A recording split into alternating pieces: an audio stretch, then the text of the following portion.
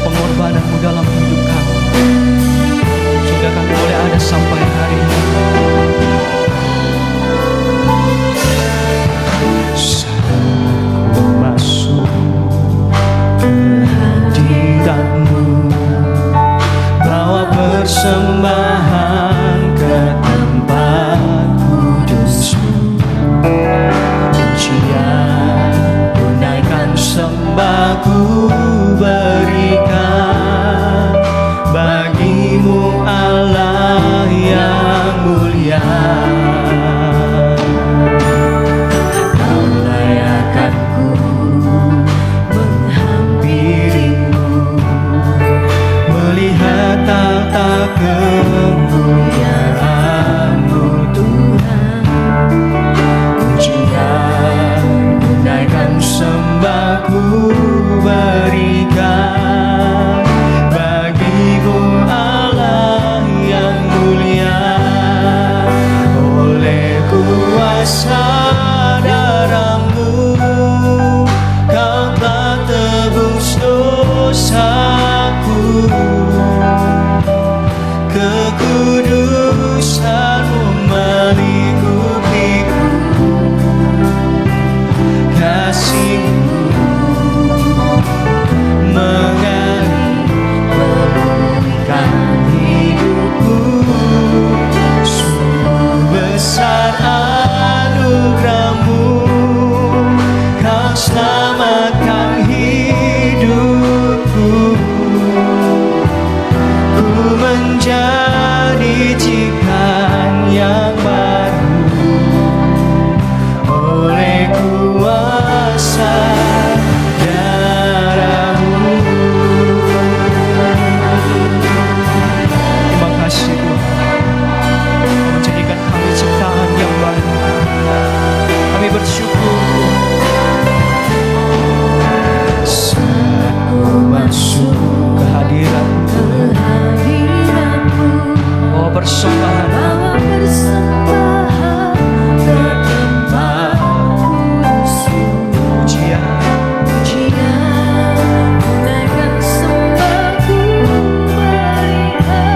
bagi-Mu Allah.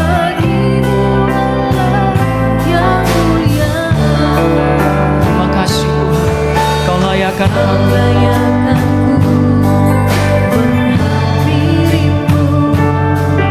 melihat tata kemuliaan-Mu Tuhan. Pujian,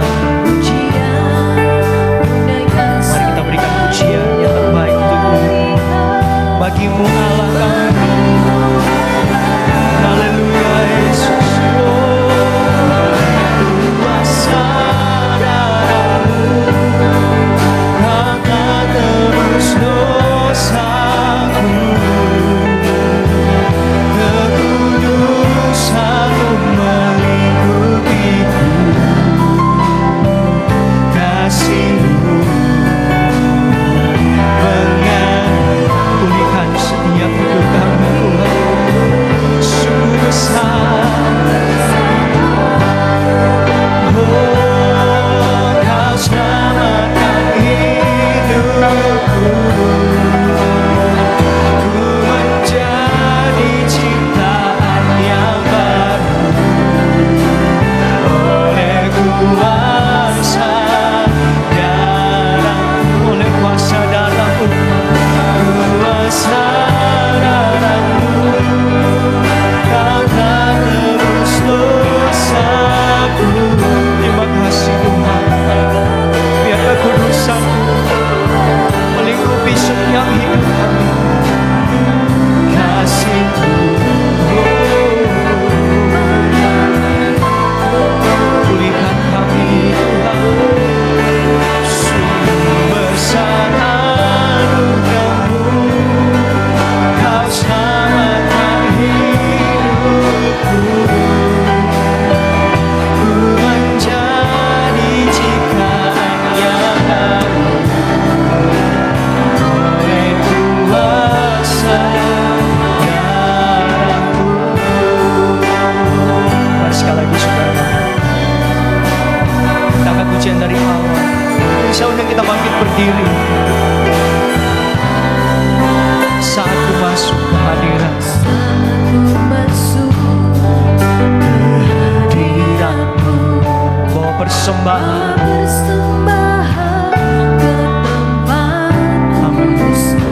pujian, naikkan sembahku berikan bagi-Mu Allah yang mulia. Terima kasih Tuhan, Kau layakkan kami.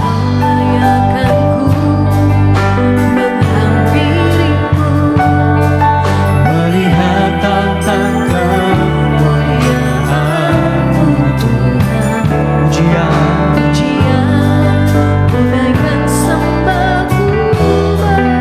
amin.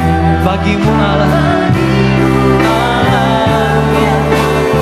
oleh kuasa darah-Mu, kuasa darah-Mu yang menebus dosaku, kekudusan-Mu melingkupiku, kasih-Mu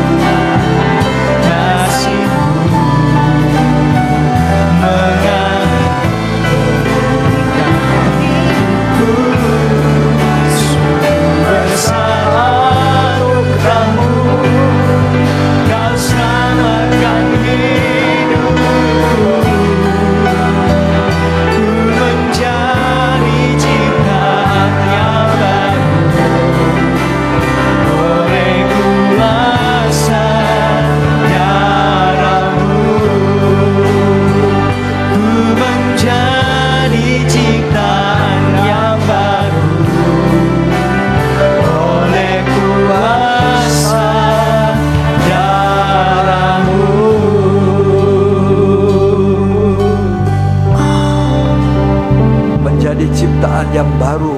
Itulah yang Tuhan rindukan atas hidup kami gerejanya.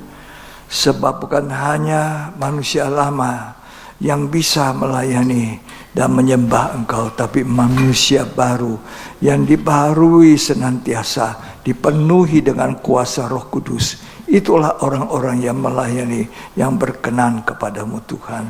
Terima kasih buat kesempatan hari ini, di mana kami boleh beribadah, boleh mendengarkan firman Allah. Itu semua karena anugerah Tuhan. Terima kasih buat urapan-Mu Tuhan, buat Roh Kudus, buat kehadiran-Mu di tengah-tengah kami. Kami percaya bahwa Tuhan sudah menolong kami di waktu yang lalu, bahkan di waktu sekarang dan yang akan datang. Terima kasih, berfirman-Lah Tuhan, kami siap mendengar, kami siapkan hati kami membuka hati kami untuk Engkau. Di dalam nama Yesus Kristus. Amin. Ya, puji Tuhan. Bersama istri saya sampaikan shalom. Shalom semua. Tuhan Yesus memberkati kita. Hari ini saya berbicara tentang penghukuman sebagai pendisiplinan. Jadi dia seperti bapak yang menghukum anaknya, tapi itu untuk mendisiplinkan. Banyak dari anak-anak Tuhan, dari hamba-hamba Tuhan, itu yang perlu mendapatkan pendisiplinan. Ya, sebab terlalu banyak orang-orang yang percaya itu hidupnya tidak seperti maunya Bapa di sorga. Jadi penghukuman sebagai suatu pendisiplinan, didisiplinkan seperti anak kita. Kalau nakal, tidak dengar-dengaran, tidak melakukan maunya orang tua, anak itu didisiplinkan, dihukum, tapi tujuannya baik. Itulah Bapa yang baik di surga. Kita berada di zaman akhir, belum akhir dari zaman akhir. Ini kita ada di zaman akhir, tapi belum akhir dari zaman akhir. Kalau kita belajar peta zaman itu dari Adam sampai dengan Abraham ada 2000 tahun. Dari Abraham sampai kepada kedatangan Tuhan Yesus pertama kali, ya itu 2000 tahun, dan kedatangan Tuhan Yesus yang pertama sampai kedua kali 2000 tahun. Yaitu kalau pada zaman. Nah itu kalau kita lihat sekarang titik jelang kedatangan Tuhan itu sudah titik terakhir. Ya, jadi ada di zaman akhir, tapi hampir selesai zaman akhir. Inilah zaman kita. Sesudah itu kita akan masuk di dalam kerajaan damai 1000 tahun masih di bumi. Ya, di bumi ini ada kerajaan 1000 tahun bersama Tuhan memerintah sebagai raja-raja. Ya. Nah, ini peta zaman menunjukkan kita berada di titik dekat kedatangan Tuhan yang kedua kali. Kita perlu untuk didisiplinkan, ditertibkan, diajari supaya menjadi tahu kehendak Bapa dan menjadi lebih baik dari hari yang lalu. Nah, zaman kedatangan Tuhan Yesus pertama kali sampai dengan nanti kedua kalinya itu zaman Roh Kudus. Zaman Allah Bapa,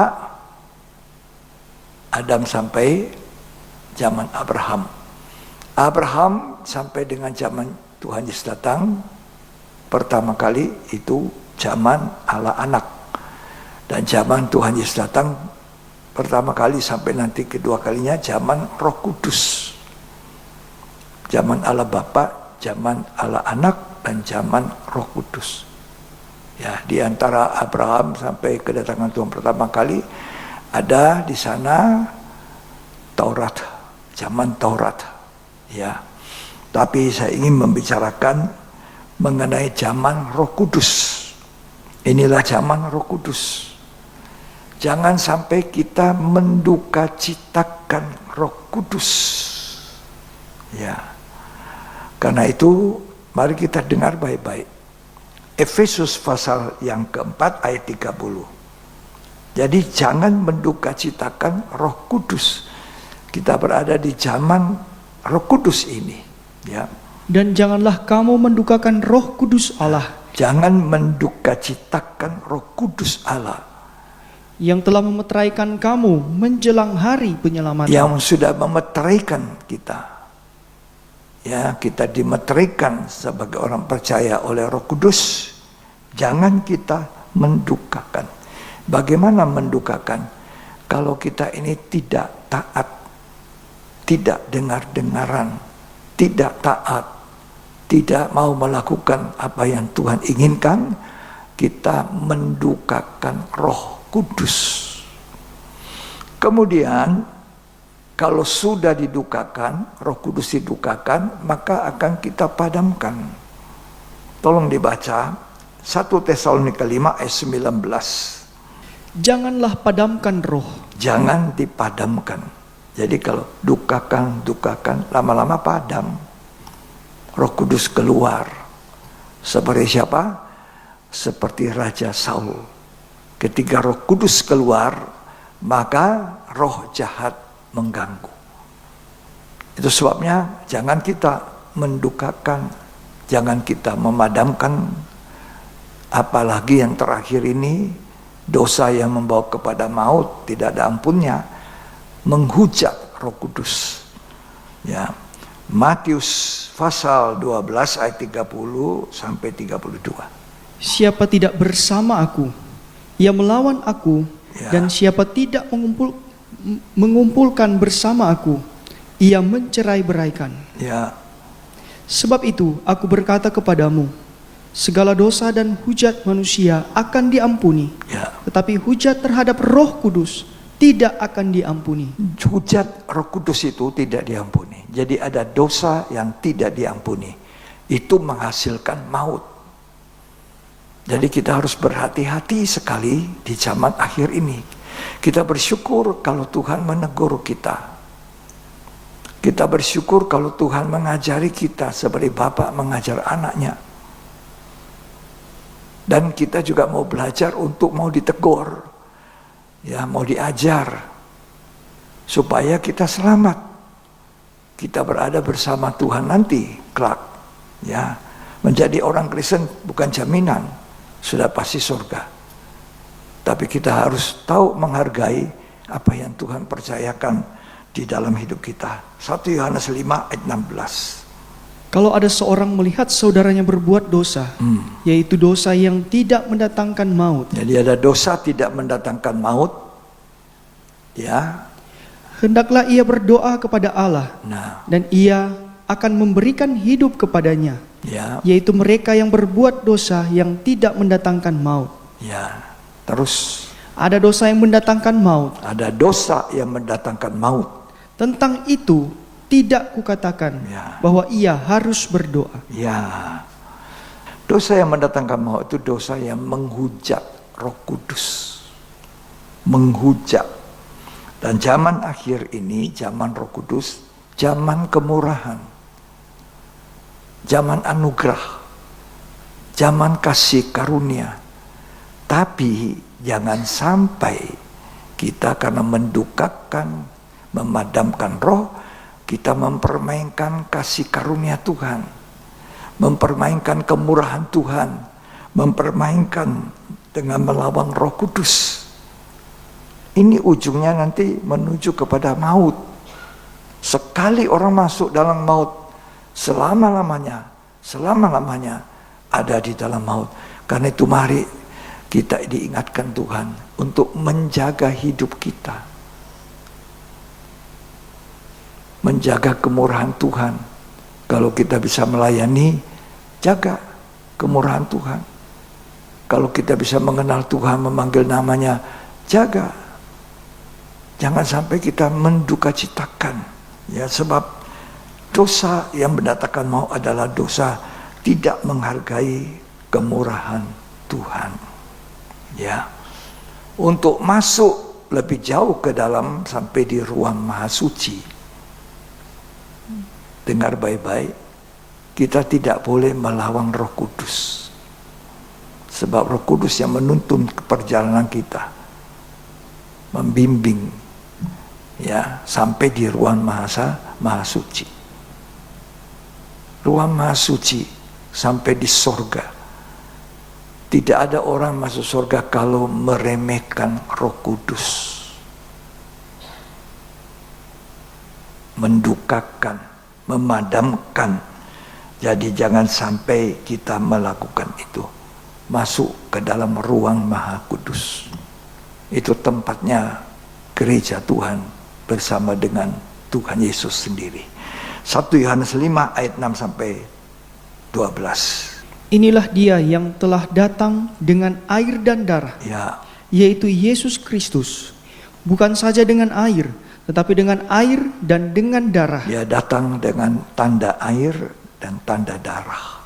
Dia lahir dari Ibu Maria. Secara manusia, Maria telah melahirkan Yesus dengan tanda air dan darah. Itu persalinan. Ya, seorang perempuan bersalin pasti akan, ya, air ketubannya pecah, darah. Ini kelahiran manusia. Tetapi Yesus di atas kayu salib ketika mati, ya, dan prajurit itu mengatakan orang ini sudah mati, tidak perlu dipatahkan tulangnya. Sebab dua penjahat di kiri kanan itu dipukul, tulangnya dipatahkan supaya tidak terlalu lama menderita, cepat mati. Tapi waktu sampai di Yesus sudah mati. Sudah mati. Ya. Jadi tidak perlu dipatahkan tulang supaya genaplah firman Tuhan bahwa tidak satu pun tulangnya itu patah. Tapi dia ditombak supaya membuktikan sudah mati, ditombak lambungnya. Ya. Lalu keluar air dan darah. Kalau Maria melahirkan Yesus secara manusia dengan tanda air dan darah, maka Yesus melahirkan gereja Tuhan, kita ini, dengan tanda air dan darah. Itu dia mati sungguh-sungguh, ditombak, darah dan air keluar. Maka itu kelahiran saya dan saudara. Dosa kita dibasuh, ditutupi dengan darah Yesus, sehingga kita menjadi orang benar.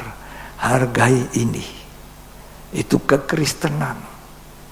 Jadi bukan sekedar kita memegang agama, ke gereja, kegiatan ini, kegiatan itu, tapi tidak punya pengertian. Dan tidak melakukan apa yang berkenan kepada Tuhan. Kita tidak tahu sekarang ini di zaman akhir. Orang-orang pada mengatakan ini hampir perang dunia ketiga pecah.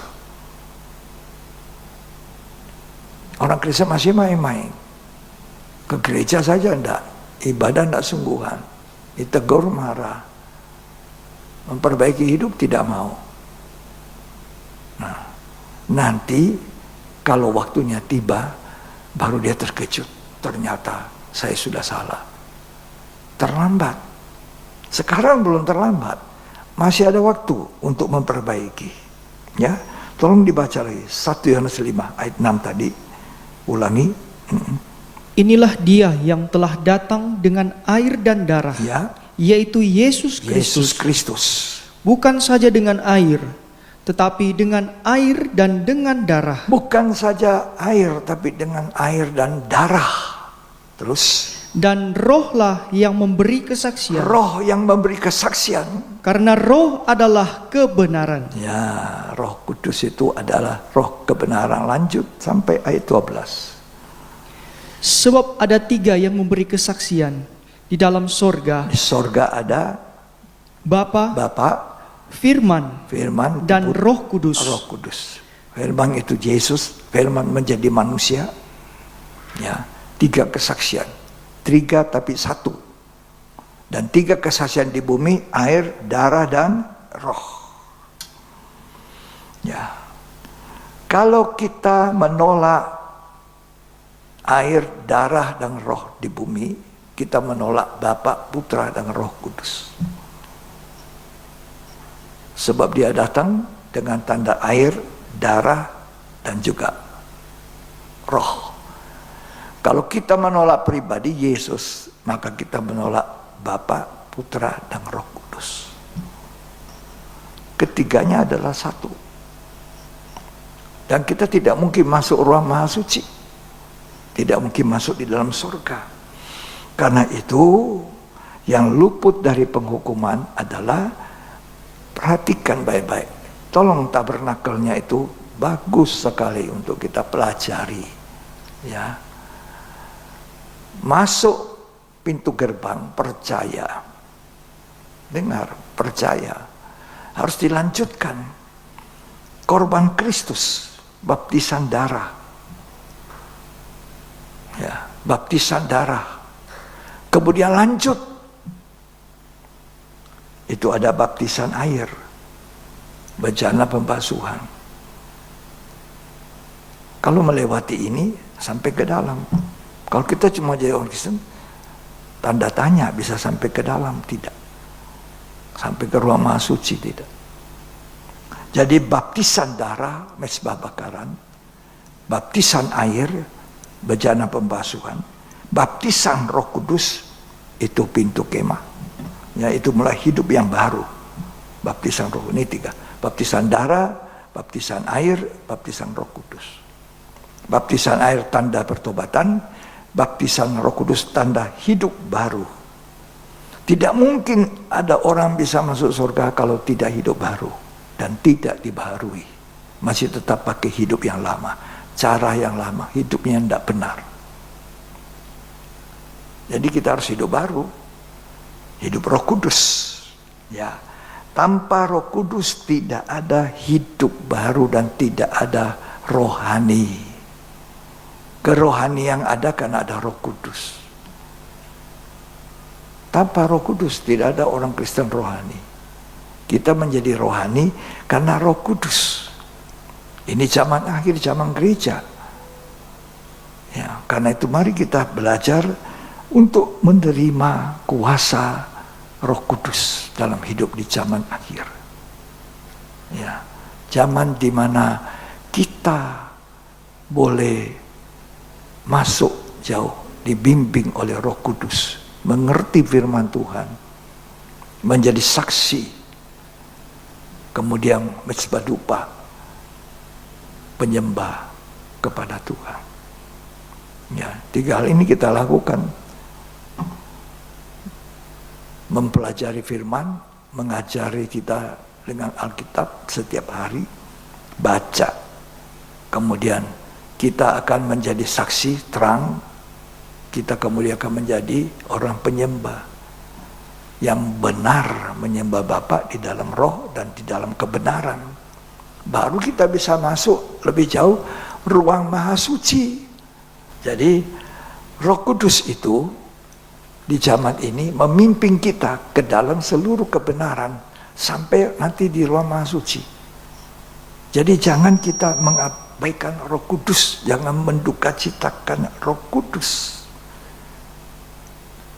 Supaya tidak, maka kita terima korban Kristus dulu, darah, tanda darah, baptisan air, tanda air, baptisan roh.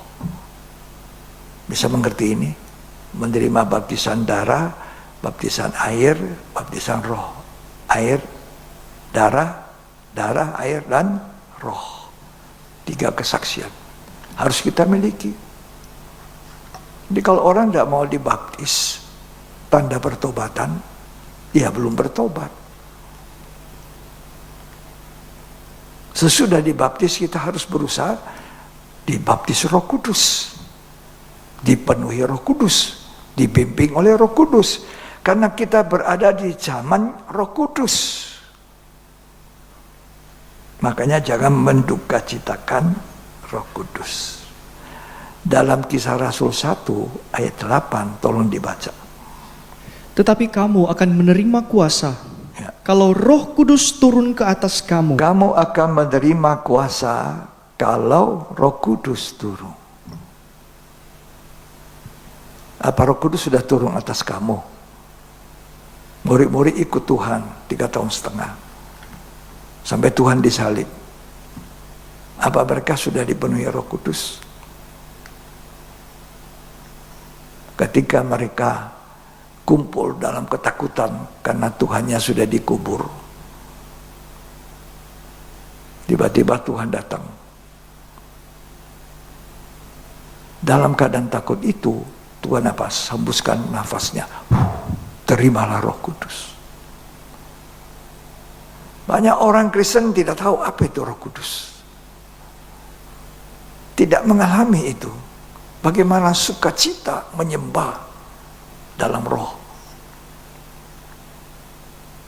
bagaimana mengalami sukacita Roh Kudus ketika kita bisa mentaati satu kata firman. Bagaimana sukacita Roh Kudus ketika firman itu dibukakan oleh Tuhan kepada kita, mengerti.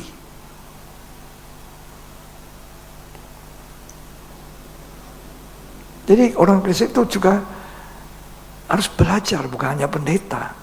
Sama-sama belajar, sama-sama baca Alkitab, sama-sama punya waktu sembahyang.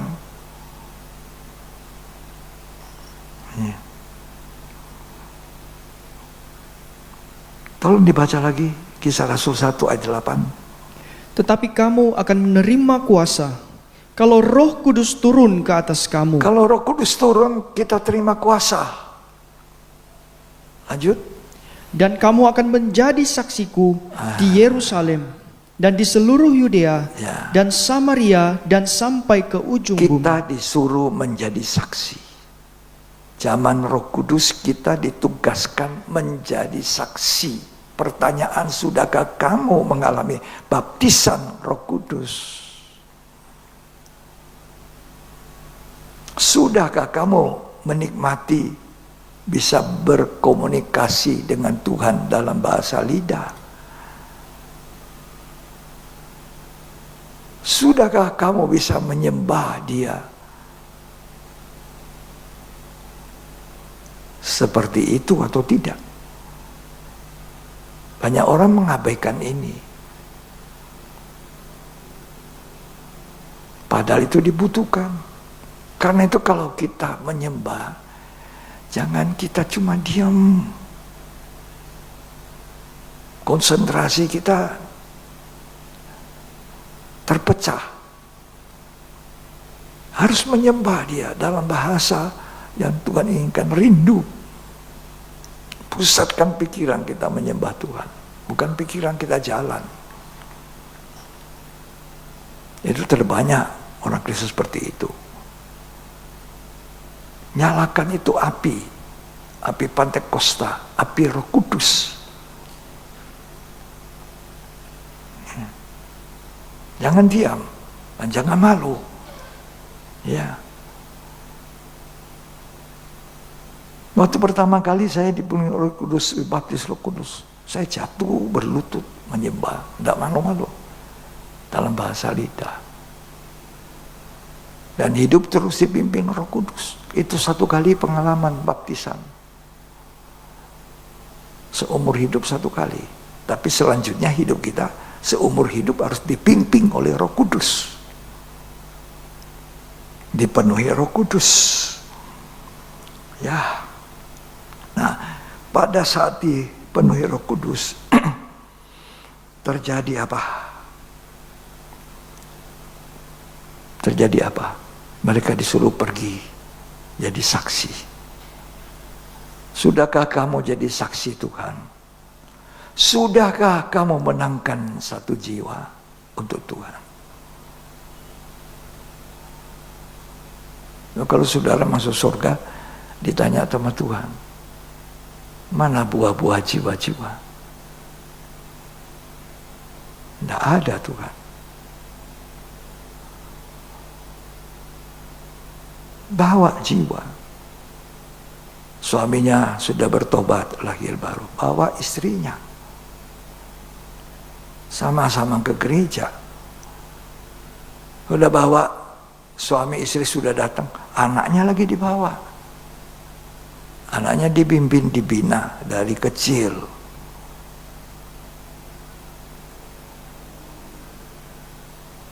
Sehingga semua anak-anak saudara nanti menjadi orang percaya yang baik-baik,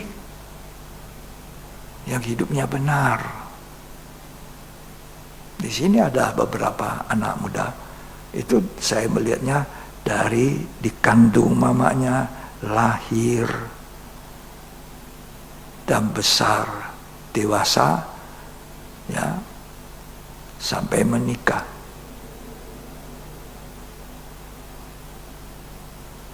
Itu mesti dibimbing, bukannya pendeta, gembala, tapi di rumah. Makanya orang tua juga harus dibimbing. Orang tua punya tugas itu, supaya seisi rumahmu, kata Alkitab, selamat. Bangsa Israel diperintahkan Tuhan dalam kitab Ulangan untuk mengajari anaknya, mendidik anaknya. Waktu makan, waktu tidur, waktu di rumah, diajar. Supaya anak itu tumbuh besar jadi orang percaya yang baik, yang kemudian dipenuhi Roh Kudus.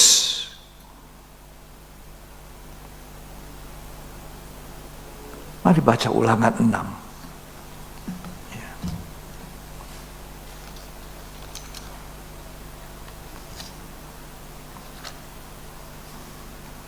Ulangan Ulangan pasal yang ke-6. Ayat yang ke-4 mulai. Dengarlah hai orang Israel, Ya, Tuhan itu Allah kita, Tuhan itu Allah kita. Tuhan itu Esa. Tuhan itu satu saja. Terus, Kasihilah Tuhan Allahmu dengan segenap hatimu Ya. dan dengan segenap jiwamu segenap hati, segenap jiwa, kasihi Tuhan Allahmu. Terus, dan dengan segenap kekuatanmu. dengan segenap kekuatan.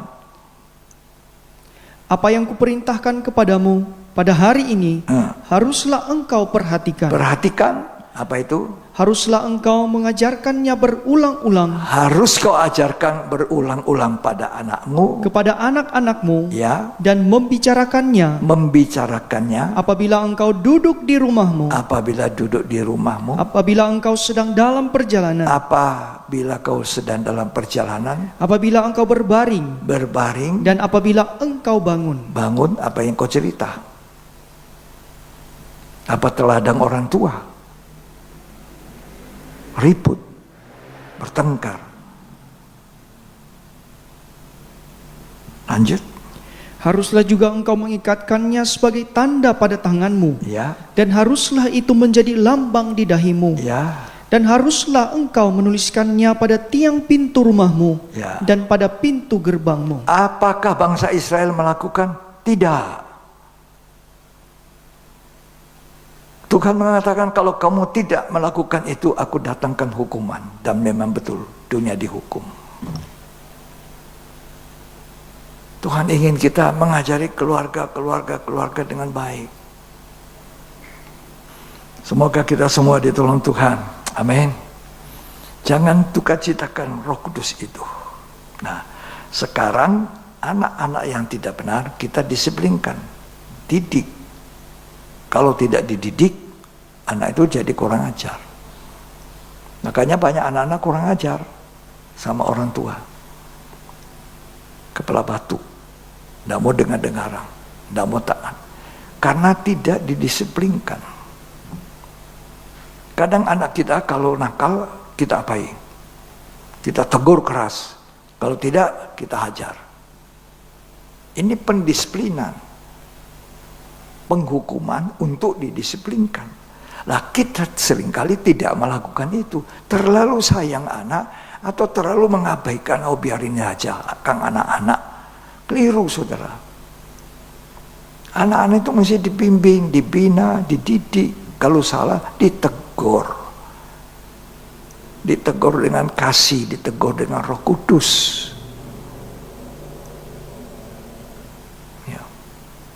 Ibrani 12 pasal 5 sampai ayat 11. Baca dengan baik-baik. Dan sudah lupakah kamu akan nasihat yang berbicara kepada kamu seperti kepada anak-anak? Ya. Hai anakku, janganlah anggap enteng didikan Tuhan. Nah, Tuhan saja Bapa di surga didik kita, jangan anggap remeh. Terus, Dan janganlah putus asa apabila engkau diperingatkannya. nah seringkali kita ditegur, diperingatkan, ya mungkin lewat pengalaman pahit, pengalaman buruk, ya, ataupun itu dari teman, ataupun dari sahabat kita yang selalu dekat dengan kita, atau kepada orang tua diberi kepercayaan untuk menegur kita sebagai anak, atau hamba Tuhan yang menegur kita dengan kasih, dengan tujuan menjadi lebih baik.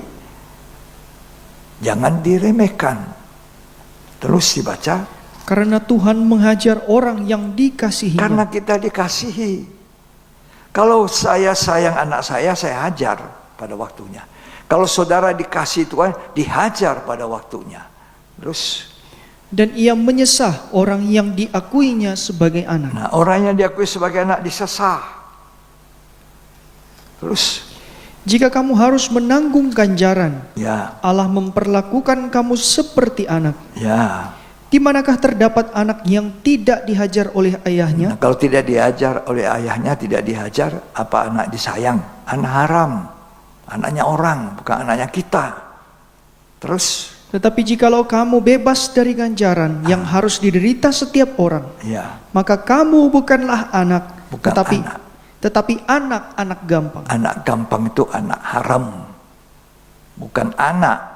Terus Selanjutnya, dari ayah kita yang sebenarnya, kita beroleh ganjaran, boleh ganjaran, dan mereka kita hormati. kita hormati. Kalau demikian, bukankah kita harus lebih taat kepada Bapa segala roh, Nah, supaya kita boleh hidup? terus Sebab mereka mendidik kita dalam waktu yang pendek, sesuai dengan apa yang mereka anggap baik. ya, Tetapi Dia menghajar kita untuk kebaikan kita, supaya kita beroleh bagian dalam itu kekudusannya. Bapak di surga melakukan penghukuman untuk apa? Mendisiplinkan. Ya, orang Kristen harus belajar sekarang. Oh, saya lagi ditegur Tuhan, menjadi lebih baik. Kapan Tuhan tegur? Waktu kita dengar firman, waktu kita baca Alkitab kita, waktu ada peristiwa yang tidak enak. Itu teguran, itu peringatan yang seringkali kita abaikan. Terus Memang tiap-tiap ganjaran pada waktu ia diberikan ya, tidak mendatangkan sukacita, tetapi duka cita. mana ada anak tertawa ketika dihajar, dipukul? Tidak ada. Terus Tetapi kemudian ia menghasilkan buah kebenaran ya, yang memberikan damai kepada mereka yang dilatih olehnya. nah itu. Jadi Bapak menghajar, menghukum, tapi mendisiplinkan. Mau dihukum sama Tuhan kalau salah? Lah banyak orang tidak mau. Guru yang baik pasti menghukum kalau muridnya tidak betul. Ini penghukuman dalam pendisiplinan. Jadi orang Kristen itu harus belajar disiplin. Pelayan Tuhan harus disiplin. Kalau Papa kita ngajar kita, Ibu kita ngajar kita, terima kasih Papa, terima kasih Mama. Itu tanda kasih. Barang siapa ku kasihi, kata Tuhan Yesus, ku hajar. Jadi kalau kita dihajar, kita didisiplin, kita ditegur, itu tanda kasih dari Tuhan. Jangan salah paham. Seorang gembala yang baik pun begitu melakukannya. Kalau ada salah dan pelayan-pelayannya itu pasti ditegur, dikasih tahu, didisiplinkan. Wahyu 3 ayat 19. Tolong dibaca. Barang siapa kukasihi, Barang siapa ku kasihi, ia kutegur dan kuhajar. ku tegur dan ku hajar. Ku tegur dan ku hajar. Barang siapa ku kasihi, ku tegur, kalau tidak mau dengar, dihajar. Bisa sakit, bisa jatuh, bisa apa. Itu hajaran Tuhan, tapi untuk kebaikan, mendisiplinkan kita. Jangan salah paham, di akhir zaman ini, gereja Tuhan harus bisa menerima penghukuman-penghukuman untuk perbaikan. Karena kita ada di garis-garis akhir, mil-mil terakhir kedatangan Tuhan yang kedua kali. Supaya kita tidak jadi orang Kristen yang menghujat Roh Kudus. Mulanya mendukacitakan, habis mendukacitakan, memadamkan. Kalau sudah memadamkan, lama-lama menghujat. Dan kalau sudah menghujat Roh Kudus, berarti tidak punya lagi hidup kekal. Kita bersyukur, kita punya firman yang mengajar, mendidik kita. Bangsa Israel disuruh, didik anakmu, ajar anakmu, waktu kau duduk, waktu kau di rumah, waktu kau diam. Dan orang tua harus punya waktu. Papa mama harus punya waktu untuk anak-anaknya. Bukan papa dan mama tidak ada waktunya. Ya, kalau anak salah, siapa yang salah? Orang tua. Ya. Lukas 12 ayat 47. Adapun hamba yang tahu akan kehendak tuannya, tetapi yang tidak mengadakan persiapan atau tidak melakukan apa yang dikehendaki tuannya, ia akan menerima banyak pukulan. Nah, hamba harus tahu apa yang harus dia lakukan. Kalau tahu tapi tidak melakukan, apa dapat? Hukuman. Supaya nanti tahu untuk melakukan kewajibannya, taat. Jadi seorang yang tahu harus melakukan ini tapi tidak melakukan, dia banyak mendapat pukulan. Jadi kalau kita tidak mau dipukul, mari kita dengar-dengaran pada Tuhan, tidak menduka citakan Roh Kudus di zaman ini, zaman akhir. Ya. Dikatakan tadi apa? Kalau tidak melakukan mendatangkan apa? Banyak pukulan. Tolong dibaca lagi. Baca baik-baik saudara. Adapun hamba yang tahu akan kehendak tuannya, tetapi yang tidak mengadakan persiapan atau tidak melakukan apa yang dikehendaki tuannya, ia akan menerima banyak pukulan. Kalau kita tahu itu perintah Tuhan, itu firman Tuhan harus dilakukan, kita tidak melakukan, nanti tunggu. Kalau Tuhan sayang, maka Tuhan akan didik kita. Kita mendapat pukulan-pukulan pendisiplinan, penghukuman. Sampai kita mengerti maunya Bapa yang penuh kasih itu. Ya. Hamba yang tahu apa yang menjadi kehendak tuannya, tapi tidak melakukan, mendatangkan banyak pukulan. Tahu firman Tuhan, tidak lakukan. Tahu itu perintah Tuhan, tidak mau melakukan dengan sengaja. Tunggu waktunya. Kalau Bapa di surga mengasihimu, kau akan dihajar. Akan dihukum untuk mendapatkan apa? Hidup dari anak itu yang dikasihinya. Dengan korban di atas kayu salib. Itu kasih yang terlalu besar. Tidak bisa diukur. Untuk mendapatkan kita satu jiwa ini. Betapa sayangnya Bapa di surga. Kalau dia lihat kita tidak benar, tidak taat kepada perintahnya, tidak melakukan firman Allah, walaupun itu sudah diberitahu, ini firmanku, ini kehendakku, tapi kita tidak lakukan. Orang itu akan nanti banyak pukulan dalam hidup. Sampai babak belur. Jangan jadi Kristen babak belur. Ya, jangan. Yakobus 4 ayat 17.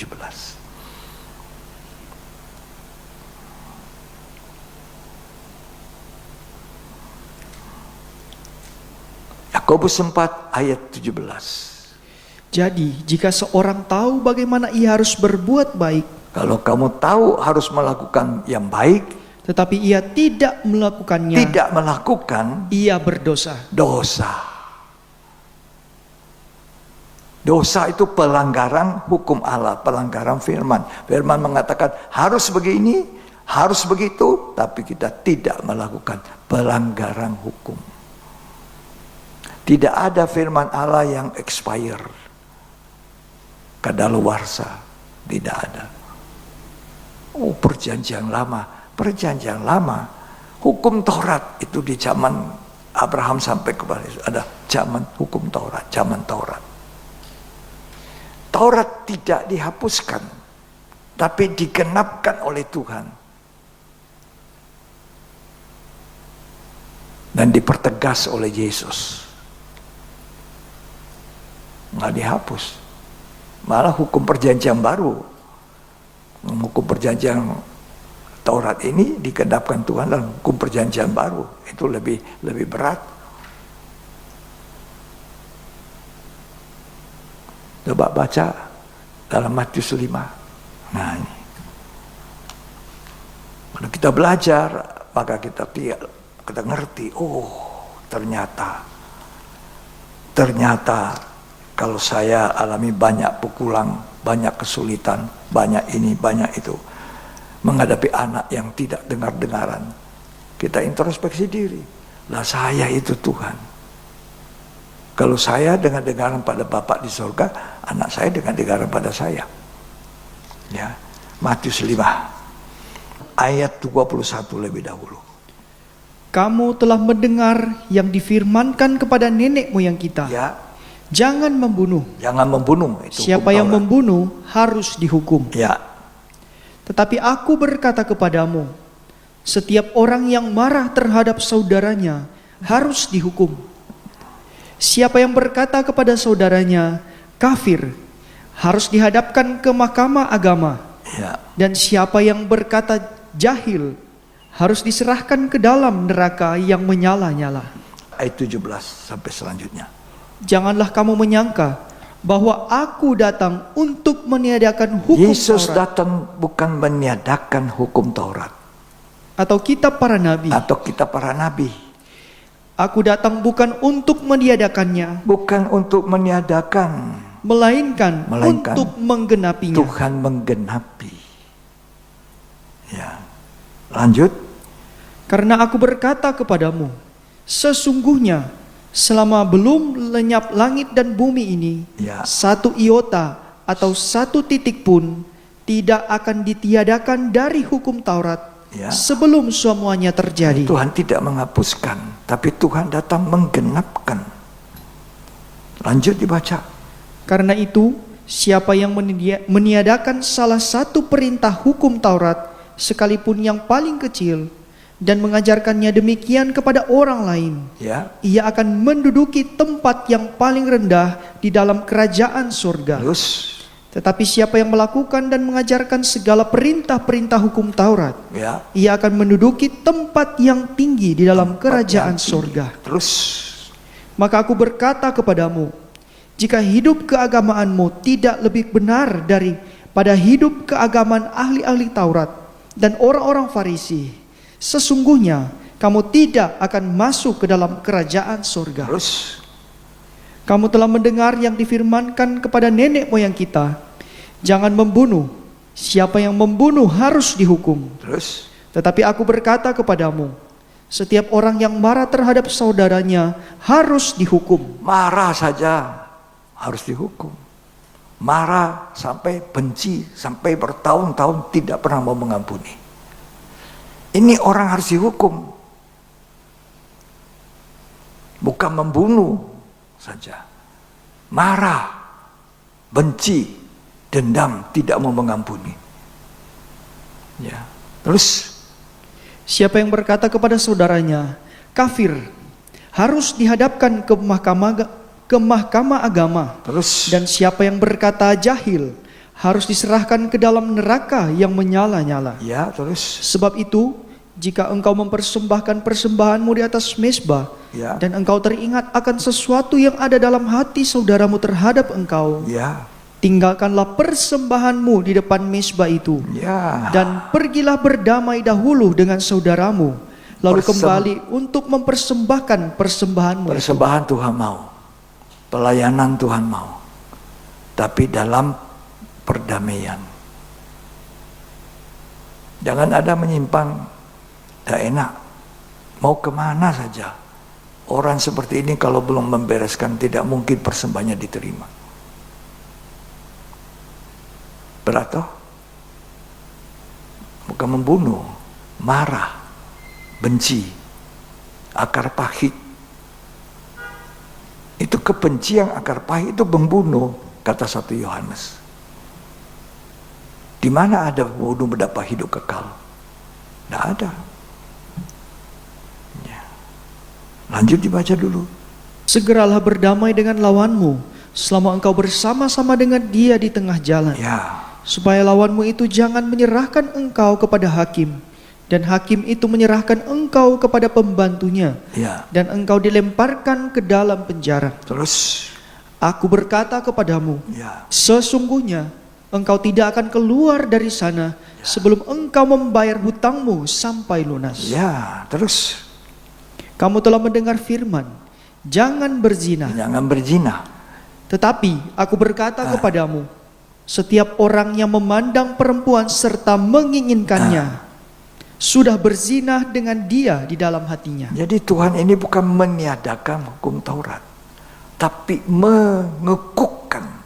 Kalau berzina dulu orang bersetubuh suami istri, laki-laki dan perempuan. Tapi kalau sekarang hukum perjanjian baru, kedatangan Tuhan Yesus menggenapkan itu, memandang dan ingin, itu sudah berdosa. Berat. Makanya saudara, seringkali tanpa sadar kita dihukum Tuhan. Penghukuman untuk mendisiplinkan. Ada orang dihukum, dia tidak ngerti. Kenapa ya?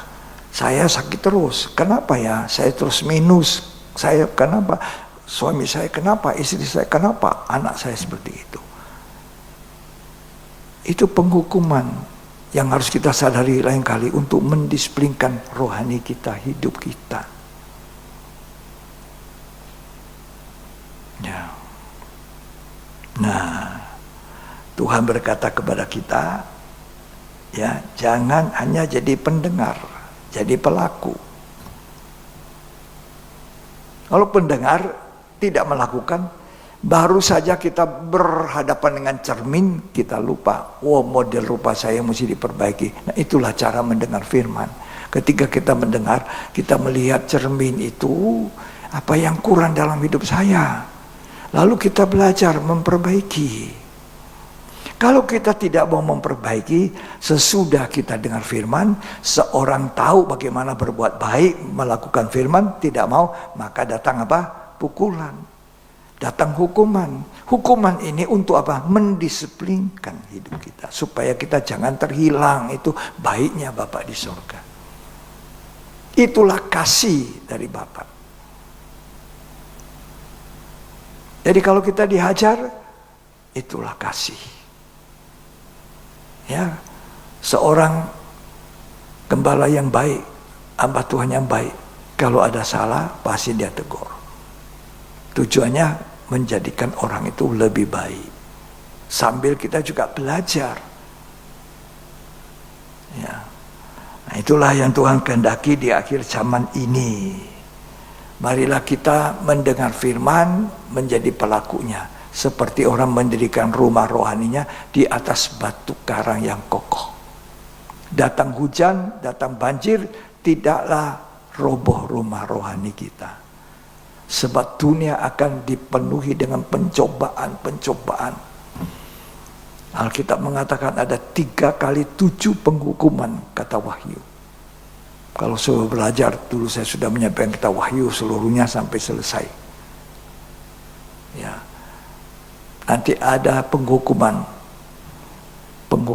meterai, penghukuman sangkakala, 7 penghukuman cawang bokor, 3 kali 7 penghukuman.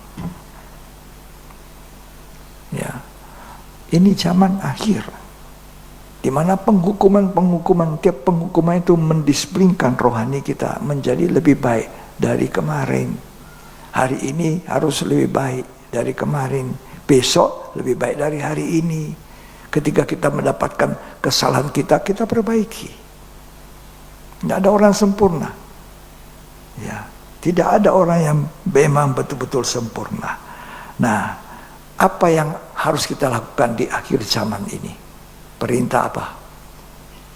Menginjil, menjadi saksiku, mulai dari Yerusalem, Roma, itu Yerusalem sampai ujung dunia. Yerusalem menuju pada rumah kita, keluarga kita, ya, terus beranjak ke jemaat, Yudea, Samaria, bangsa kafir, orang tidak mengenal Tuhan, sampai ujung bumi, jadi saksi. Jadi bukan bisu. Sambil mempunyai kelakuan hidup yang benar seturut Alkitab, mari kita jadi saksi Tuhan. Kalau tidak ada gunanya, orang tidak akan melihat. Kalau kamu satu kali perokok, jahat, ya berbuat dosa, mau menjadi saksi apa? Nggak ada. Mari tinggalkan itu, baru kita jadi saksi. Matius 28 ayat 19 sampai 20. Karena itu pergilah, jadikanlah semua bangsa muridku. Nah, jadikan segala bangsa muridku, dan baptislah mereka dalam nama Bapa, dan Anak, dan Roh Kudus.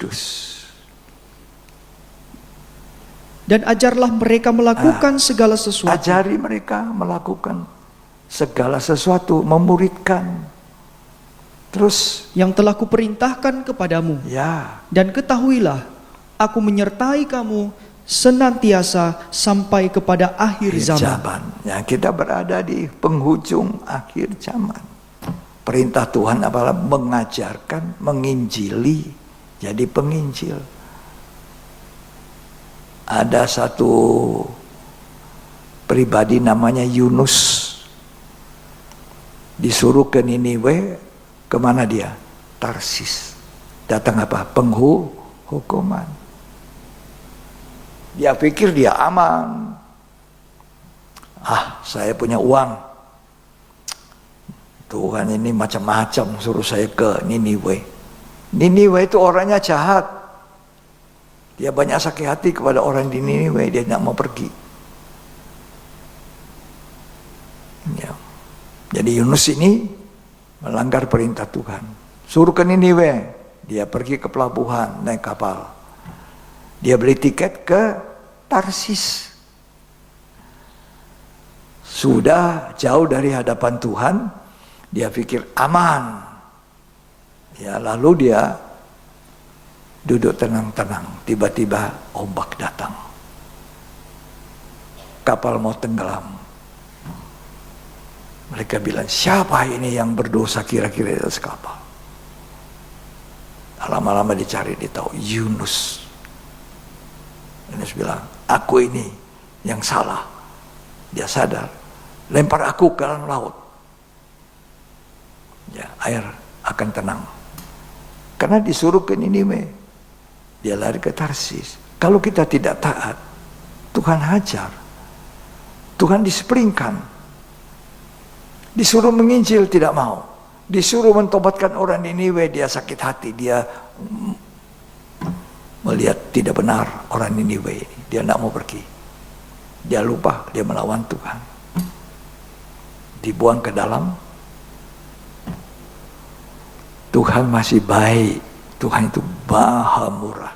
Amin. Tuhan itu luar biasa maha murah. Yunus tidak dibinasakan, tapi Tuhan kirim ikan besar, buka mulut, masuk. Penghukumannya untuk mendisiplinkan Yunus ini supaya taat, masuk di perut ikan 3 hari 3 malam. Amis baunya ikan. Coba bayangkan. Ini luar biasanya kasih Allah. Enggak mati. Orang tidak taat masih diberi kesempatan sekarang ini di zaman akhir. Jangan mendukakan Roh Kudus Allah. Kalau kita mendukakan tidak dengar-dengaran, mendukakan, kita akan padamkan roh itu dan lama-lama kita menghujat. Saudara tidak akan bisa melihat surga ketika menghujat Roh Kudus. Tolong dibaca tuh Yunus sedikit. Ya, Yunus pasal 1 ayat 1. Datanglah firman Tuhan kepada Yunus bin Amitai demikian. Bangunlah, pergilah ke Niniwe, kota yang besar itu, berserulah terhadap mereka, karena kejahatannya telah sampai kepadaku. Ya. Tetapi Yunus bersiap untuk melarikan diri ke Tarsis, jauh dari hadapan Tuhan. Disuruh menginjili orang Niniwe supaya bertobat, lari kemana? Tarsis. Ada banyak orang dipanggil Tuhan jadi pelayan Tuhan tapi tidak mau. Nanti dia ditobatkan Tuhan baru dia bilang, ya aku mau Tuhan. Kadang masih sempat, kadang tidak.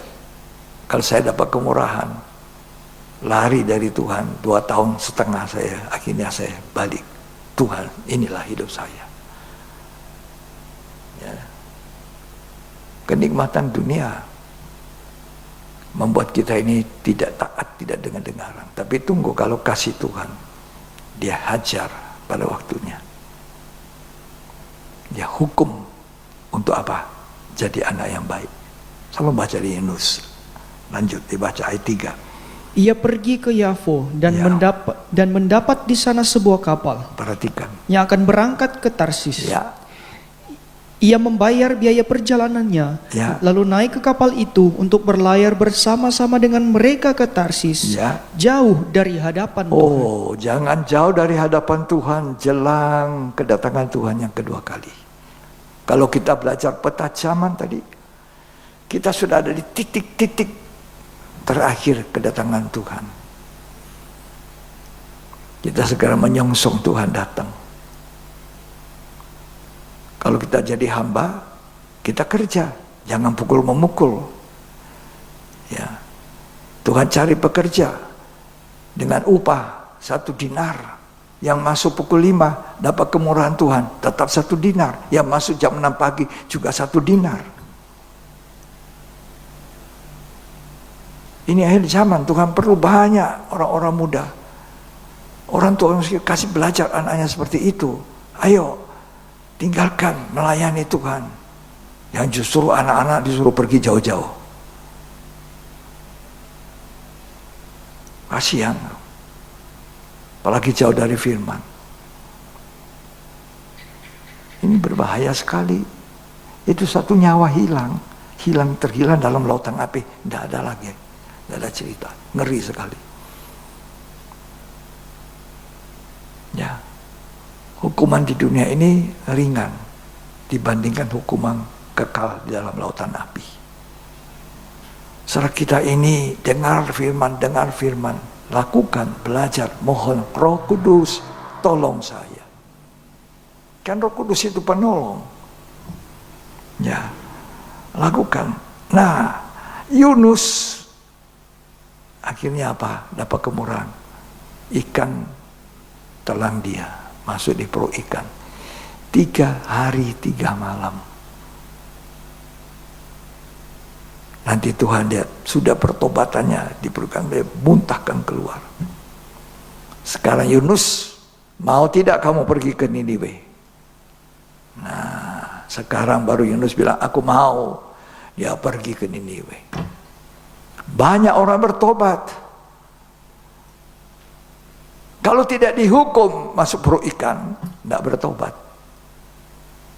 Penghukuman mendatangkan pendisiplinan. Itu karena hatinya Bapa di surga yang sangat baik. Kita semua diharuskan untuk memberitakan Injil, bukan hanya saya. Katakan kepada orang firman yang kau sudah dengar. Katakan kepada orang apa yang kau sudah lakukan mengalami dengan Tuhan. Menginjil itu keharusan gereja, bukannya pendeta. Tolong dibaca itu 1 Korintus 9 ayat 16. Karena jika aku memberitakan Injil, Ya. aku tidak mempunyai alasan untuk memegahkan diri. Ya. Sebab itu adalah keharusan bagiku. Celakalah aku jika aku tidak memberitakan Injil. Keharusan untuk kita semua memberitakan Injil. Firman Allah berbicara tentang Yesus, berbicara tentang apa yang dibuat Yesus dalam hidup saya. Nah, Yunus tidak mau masuk perut ikan. Waktu dia dikeluarkan dari perut ikan, dia lalu pergi ke Niniwe. Jadi dengar, bagaimana keluar dari pendisiplinan penghukuman itu? Bertobat. Kalau Yunus tidak bertobat, tidak keluar dari perut ikan. Bisa-bisa mati. Di dalam perut ikan dia bertobat, maka Tuhan perintahkan ikan, muntahkan Yunus keluar. Dia tidak mau ke Niniwe, kenapa? Karena orang Niniwe dia tidak suka. Tapi Tuhan bilang, kalau kau tidak suka pergi, kamu dihukum. Tapi dia mau. Cuma ada satu jalan bebas dari hukuman, bebas dari pendisiplinan. kalau kita bertobat. Bertobat artinya menyenangkan hati Tuhan. Yunus sakit hati sama orang Niniwe, dia tidak mau. Ya, mari kita bertobat. Mari kita taat kepada Tuhan, supaya kita tidak didisiplinkan, tidak dihukum. Nuh, pemberita kebenaran. Bayangkan, Nuh di tengah-tengah orang tidak betul, harus memberitakan kebenaran. Kalau kamu tidak bertobat, nanti akan datang hukuman Tuhan. Ada orang bertobat? Tidak ada. Tidak ada. Siapa saja yang Nuh bawa dalam pertobatan, dalam kehidupan yang baik? Tadi saya bilang, keluarga saudara harus belajar memimpin rumah tangga saudara sendiri. Orang tua, suami, kepala keluarga, papa. Ya. Nuh itu kepala keluarga yang baik. Senantiasa memberikan persembahan kepada Tuhan, mezbah didirikan. Untuk apa? Untuk keluarganya. Untuk orang-orang sejaman itu. Dikatakan 2 Petrus bahwa Nuh itu pemberita kebenaran. Kalau dia tidak melakukan, dia juga dihukum. Tapi dia melakukan, sehingga istrinya, 3 anaknya, 3 menantunya selamat. Yang lain tidak. Kalau Nuh tidak taat, nasibnya sama dengan Yunus. Tapi dia taat. Dia pemberita kebenaran. Sambil mendirikan bahtera. Inilah hari-hari zaman akhir. Saya selalu katakan kita ada di zaman akhir. Bukan waktu yang masih lama, masih jalan-jalan main-main, tidak. Waktu zaman akhir. Ya, tolong jadilah seperti Nuh. Mari kita baca terakhir ini ayat 2 Petrus pasal 2 ayat 5. Dan jikalau Allah tidak menyayangkan dunia purba, ya, tetapi hanya menyelamatkan Nuh, pemberita kebenaran itu, pemberita kebenaran, terus dengan 7 orang lain, 7 orang, ketika ia mendatangkan air bah atas dunia orang-orang yang fasik. Nah, Nuh selamat. Kalau saudara sudah memberitakan orang tidak mau, ya sudah, kamu selamatkan dirimu. Orang itu ya urusannya dia dengan Tuhan.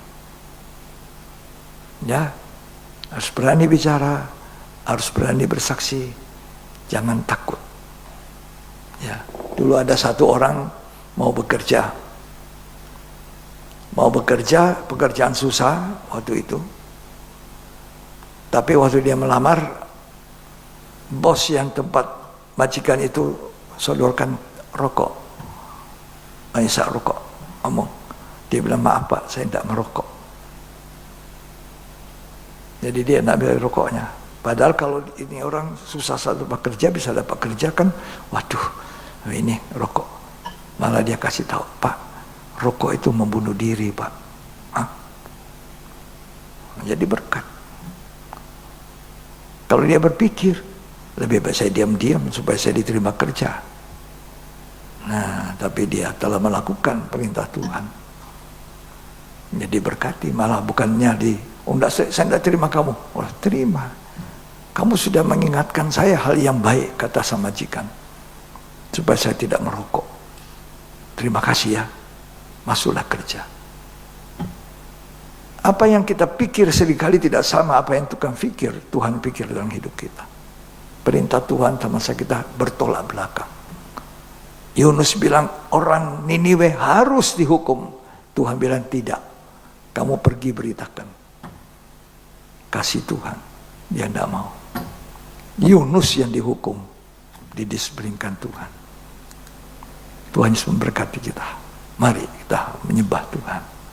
Inilah penghukuman, tapi mendisiplinkan. Saudara mau dihajar, saudara mau ditegur, saudara mau diingatkan.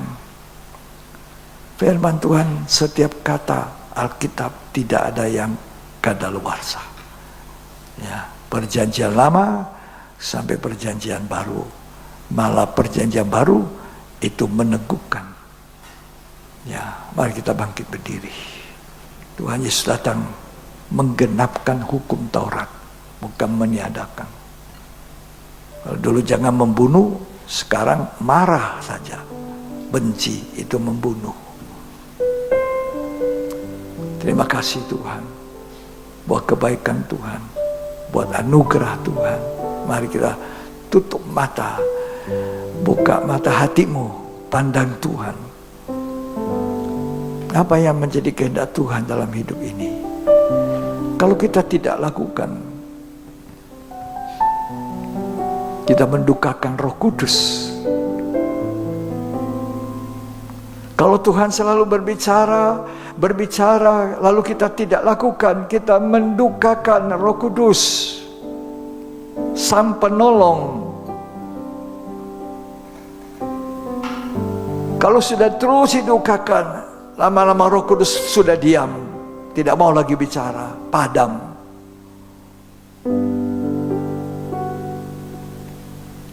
Kalau lama-lama sudah padam, orang Kristen lama-lama menghujat Roh Kudus. Dan tidak ada surga lagi bagimu. Karena itu ingat, jadi orang percaya harus mengalami baptisan darah, baptisan air, baptisan Roh Kudus ini. Ini kesaksian hidup kita di bumi ini. Tuhan, inilah hidupku. Tidak semua orang dipanggil menjadi full timer, tapi semua dipanggil jadi penginjil, memenangkan jiwa. Hitung berapa jiwa yang sudah kau menangkan. Tuhan, inilah hidupku, ku serahkan padamu segala cita-citaku, masa depanku menjadi milikmu. Jadikan kami terang-Mu di tengah kegelapan dunia, membawa bangsa-bangsa kepadamu.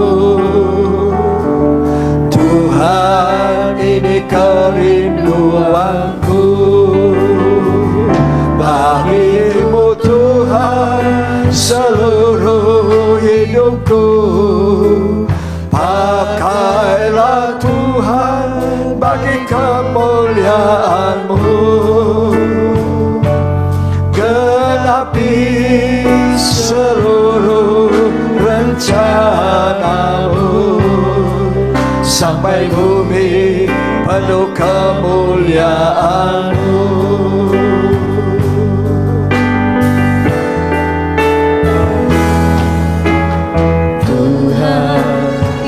Katakan, ini hidup saya. Jadilah penginjil. Jangan tiru Yunus.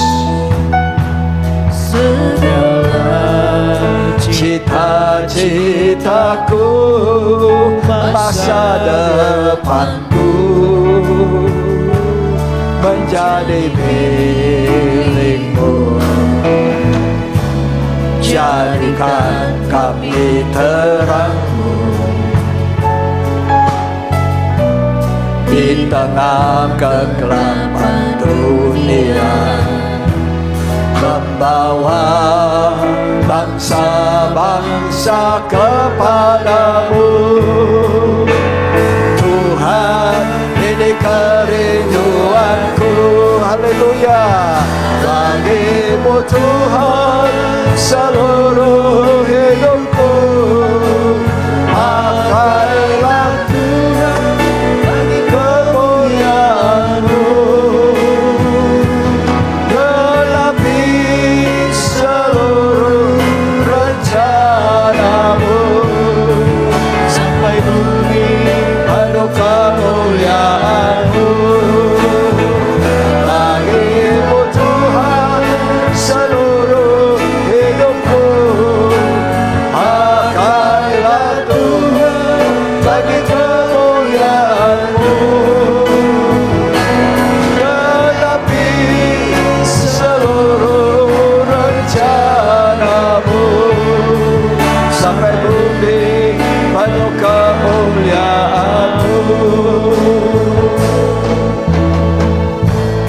Tuhan, ini hidup saya.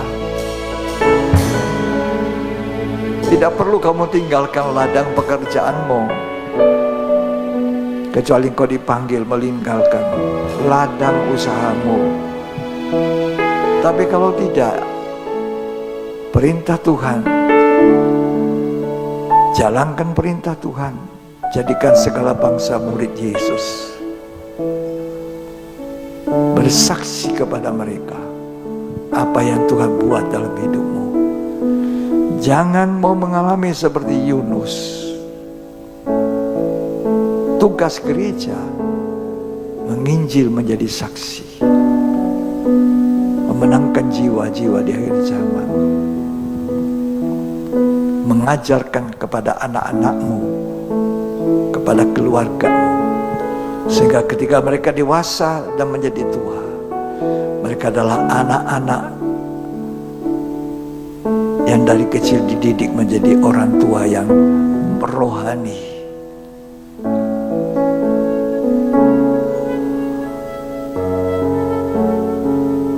Katakan, Tuhan, ini hidup saya. Bilang sama Tuhan,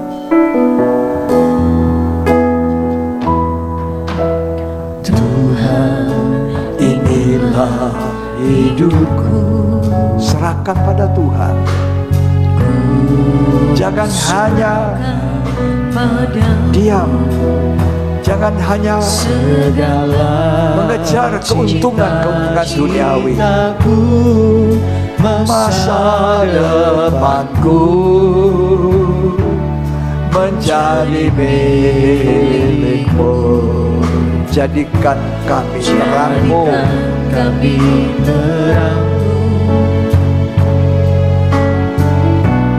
Di tengah kegelapan dunia, membawa bangsa-bangsa kepadamu. Tuhan, ini kerinduanku. Kami butuh seluruh hidupku. Pakailah Tuhan bagi kemuliaan-Mu. Genapi seluruh rencana-Mu, sampai bumi penuh kemuliaan-Mu. Bagi-Mu Tuhan seluruh hidupku. Pakailah bagi kemuliaan-Mu. Genapi seluruh rencana-Mu, sampai bumi penuh kemuliaan-Mu.